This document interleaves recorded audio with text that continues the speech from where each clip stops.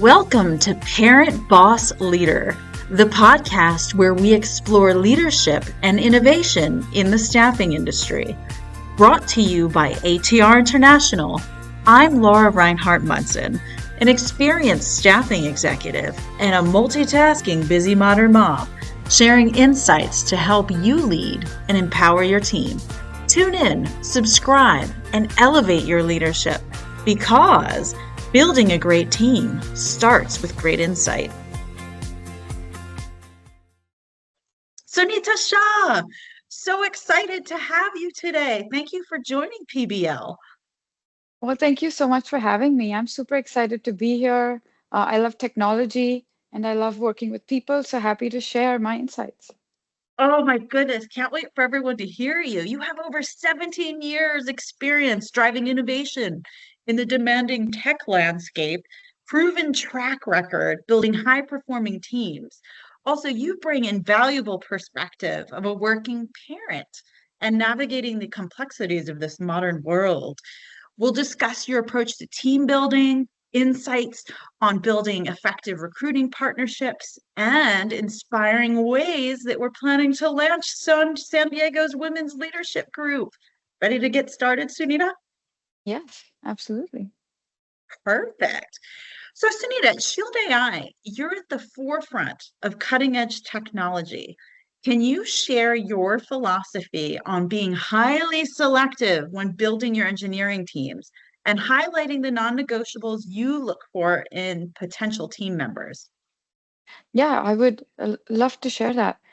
So being highly selective when building engineering teams is not just about exclusivity or it's more about building a foundation of excellence, trust, and long-term velocity.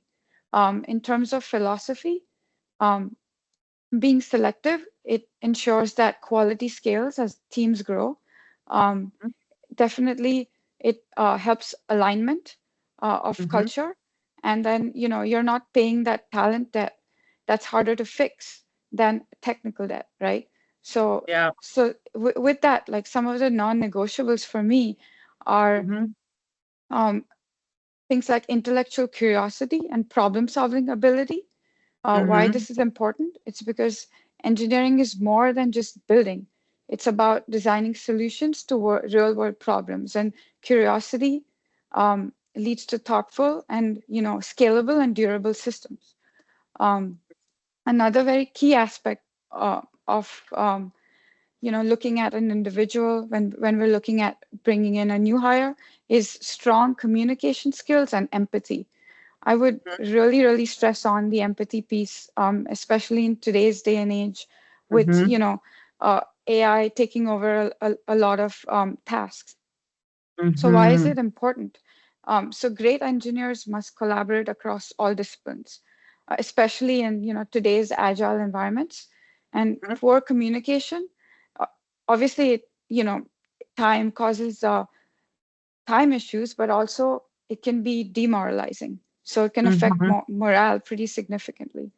Um, some things that I look for in like communication and empathy is, can they explain their ideas clearly to both technical and non-technical stakeholders?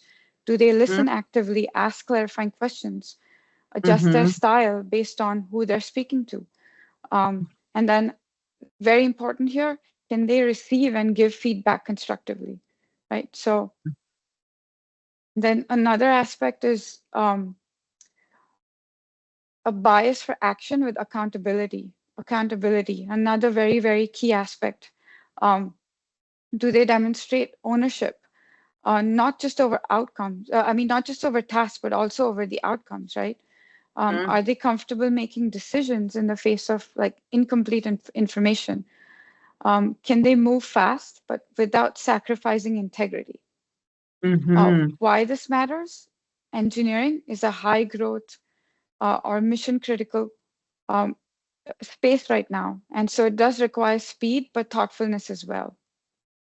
Yeah. Key here, and I come across this a lot, this is something I've grown significantly in, is making decisions. So making a decision is more important because indecision can be very, very costly.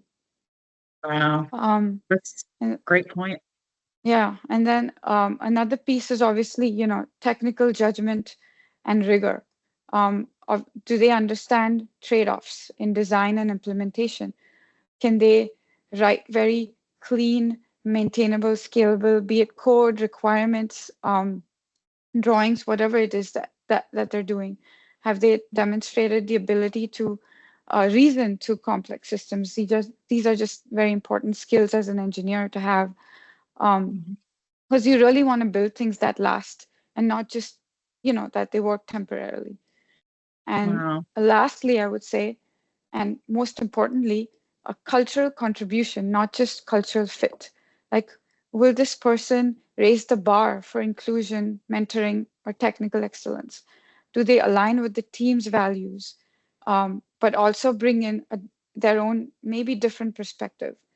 Are they Mm. people who want to collaborate under pressure? Why this Mm. matters? Culture isn't something that's static. Every hire shapes it. So we like to prioritize those who enhance the team's diversity of thinking and stress strength of character. And just, final thought here, I would rather hire slowly and miss a short-term target than compromise on those fundamentals that I just discussed. Um, Wow. yeah. Sunita, I love how you were so succinct in defining an ideal candidate.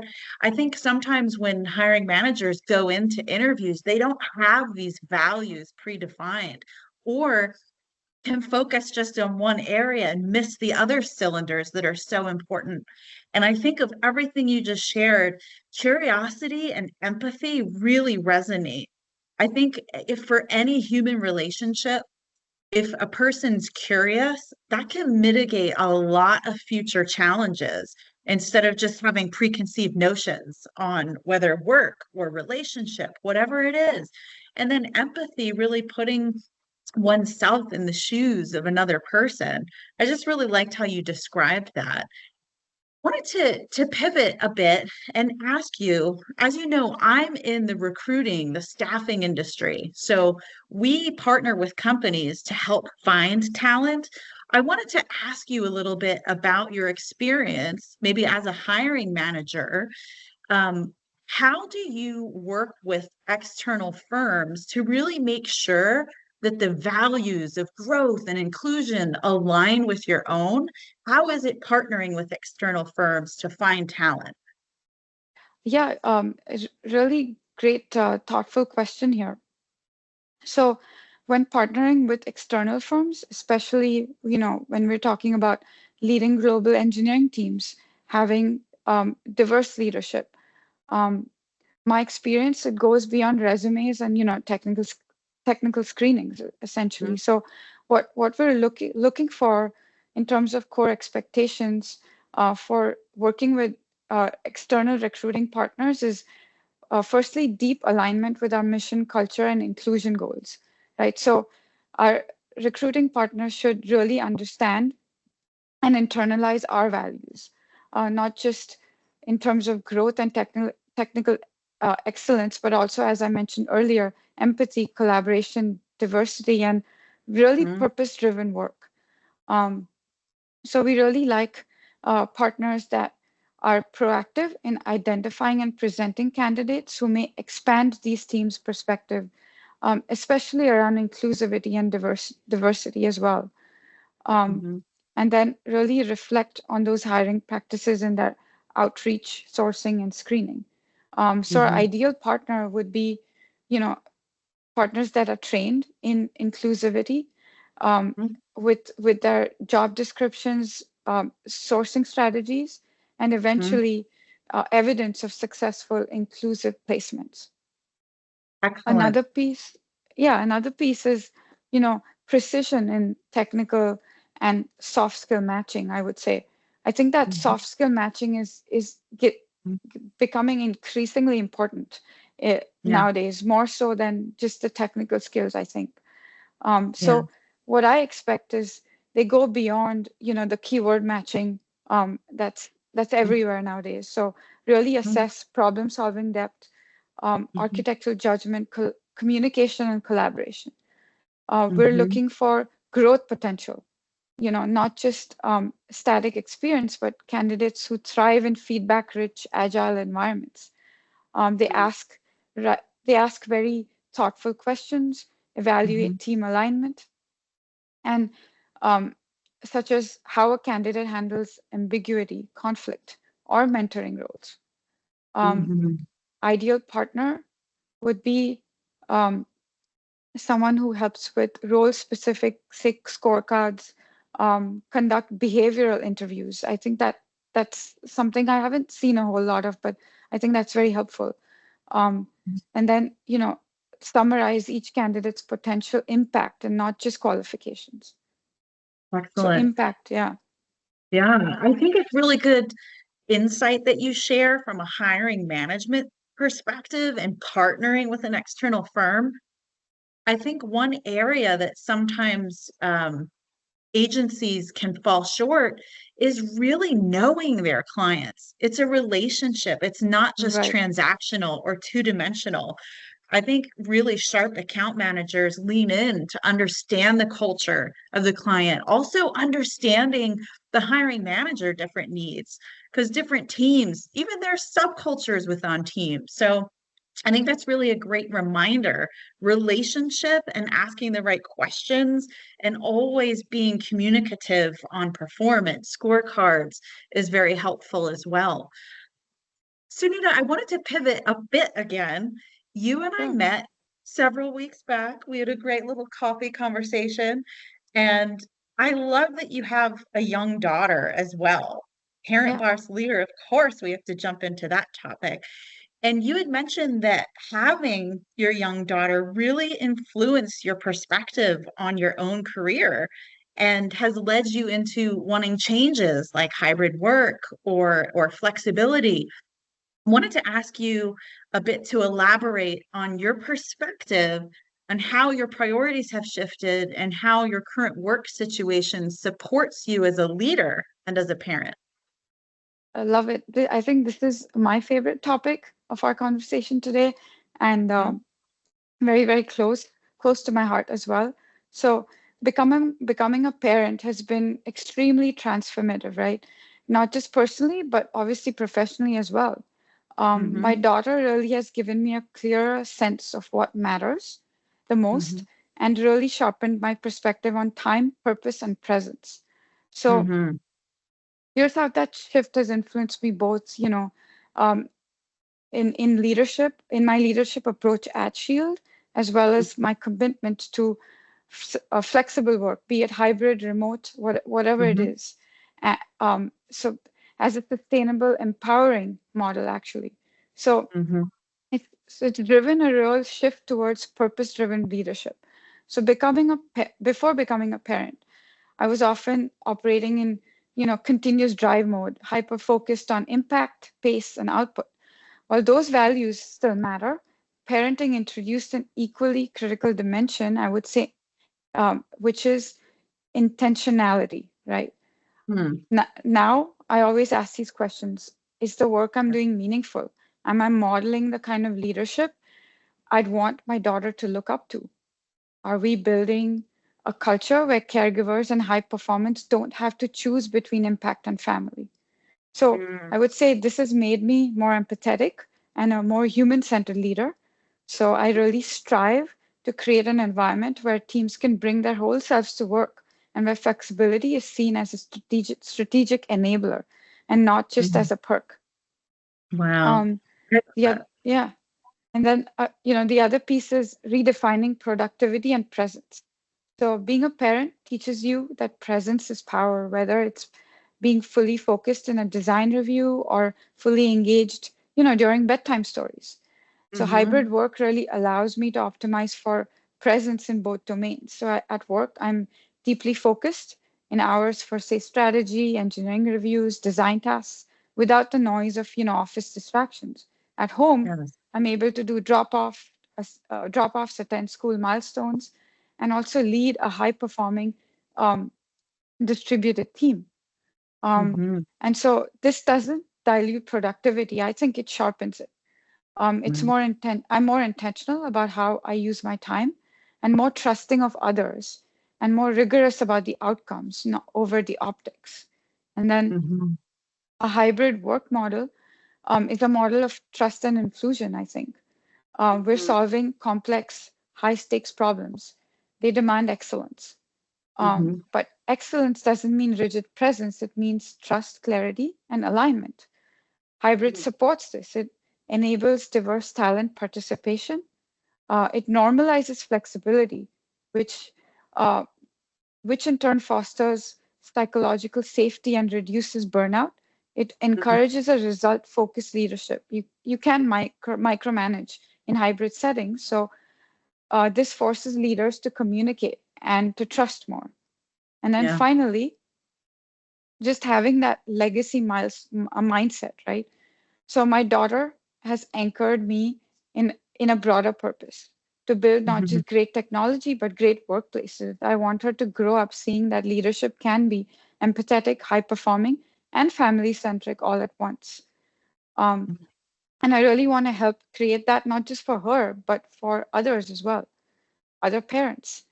Mm. Hybrid work isn't just a perk, it's a strategic human centered evolution of how we lead and how we live today. So it's made me a better Yeah. leader and a more present mom. And I would not trade that clarity for anything. Yeah. So well said.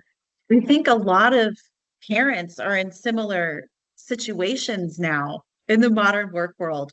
There's some fathers now who stay home and the moms Yeah, are out working, and a blend of life and work is so important because it helps you be fully present when you feel trusted by your employer, to be fully present when you're engaged on the job, but the right. flexibility to attend little milestones. Like I myself, I have an 8-year-old, a 10-year-old, and there's a flag ceremony at school on Wednesday mornings.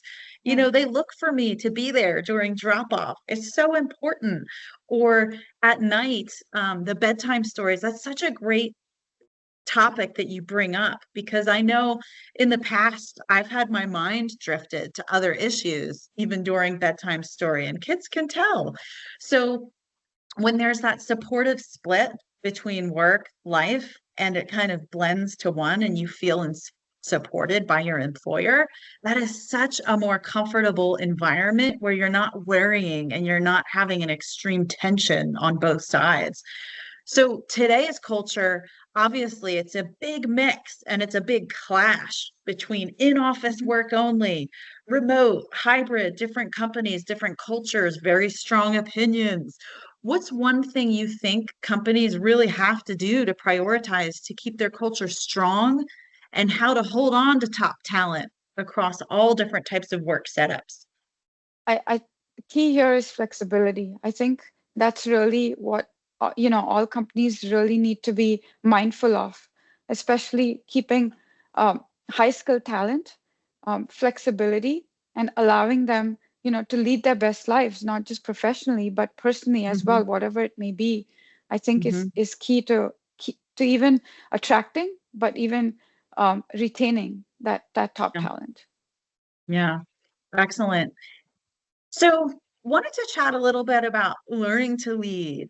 Then, now, we often think of leadership and it evolves through experience, but sometimes it's early lessons that shape us the most, right?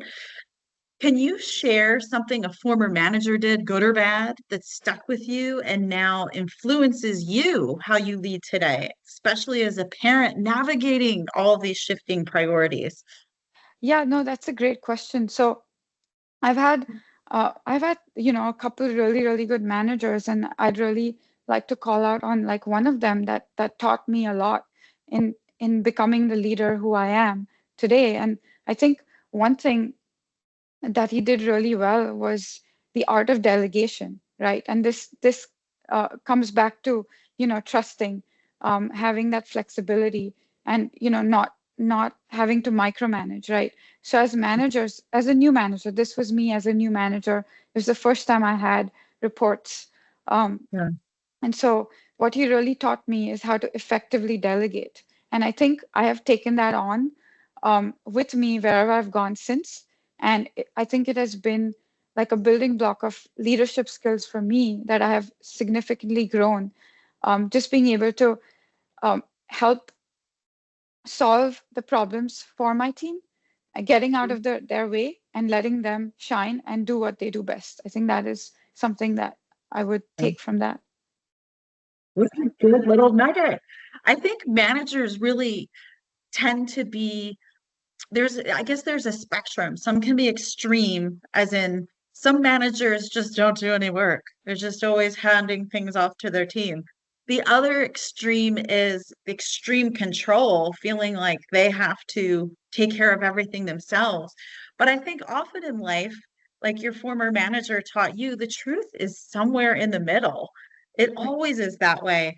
So there's a balance between actually letting go and delegating, and then it allows a manager to be more high performing and to see a bird's eye view of how to keep leading and driving the team. And you mentioned it perfectly. How can your team shine if you don't allow them to Right. work and you don't allow them to figure out solutions? So I think that's really good perspective, Sunita. Thank you so much for sharing your insights today. For our listeners who are interested in connecting with you or learning more about upcoming San Diego Women's Leadership Group, how can they reach out? Oh, I love to connect and I love to network. So please feel Yeah. free to reach out to me on via LinkedIn, um, Mhm. or even via email. My email is sunita219@gmail.com. And I would love to connect with the women leaders here in San Yeah. Diego, and continue to build on this group and really Yeah. share my further insights on engineering leadership, hybrid work, and women in tech in general. Excellent. So, for our women listeners in San Diego, you've heard it. We're going to be planning lunches soon. So, we'll have folks get together. And I really love this. I'm excited to be a part of this too, Sunita. So, we'll send out postings, everything for people in the future to see where we'll be networking. Perfect. Awesome. Thank you so much for joining today, Sunita. It's really a pleasure hearing all of your insights. Thank you so much for having me. This was a lot of fun. Um, I'm really excited to see where our leadership group takes us. And